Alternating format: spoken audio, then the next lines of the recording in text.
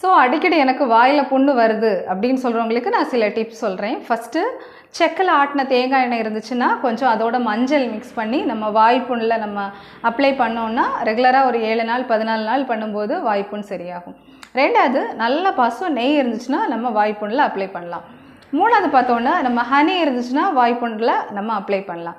2வது வாய்ப்புண் எனக்கு அடிக்கடி வருது அப்படின்னு சொல்கிறவங்க என்ன சாப்பிட்டா நமக்கு சரியாகும்னு சொல்கிறவங்களுக்கு மணத்தக்காளி கீரை எடுத்துக்கலாம். 2வது கற்பூரவள்ளி வாழைப்பழம் எடுத்துக்கலாம், மோர் எடுத்துக்கலாம், மாதுளம்பழம் எடுத்துக்கலாம். அதே மாதிரி நம்ம கத்தாழை ஜூஸ் எடுத்துக்கலாம். வாரத்தில் ஒரு 3 நாளைக்கு எடுத்துக்கலாம்.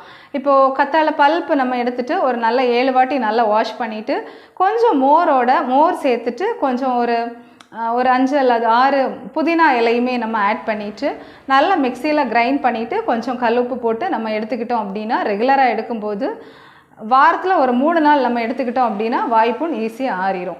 அதே மாதிரி மவுத் வாஷ் பண்ணுறதுக்கு நம்ம என்ன யூஸ் பண்ணலாம் அப்படின்னா திரிபாலா 1 டீஸ்பூன் எடுத்துகிட்டு ஒரு கிளாஸ் தண்ணியில் நல்லா லைட்டாக கொதிக்க வச்சு அதை நம்ம வாய் கொப்பளிச்சுட்டு வந்தோம் அப்படின்னா சீக்கிரத்தில் வந்துட்டு வாய்ஸில் வர புண் உங்களுக்கு ரொம்ப சீக்கிரத்தில் சரியாகும். ஸோ நம்ம திரிபாலா மவுத் வாஷ் நம்ம ரெகுலராக யூஸ் பண்ணோம் அப்படின்னா திரும்ப வர வாய்ப்புண் வந்துட்டு உங்களுக்கு சீக்கிரத்தில் சரி பண்ணலாம்.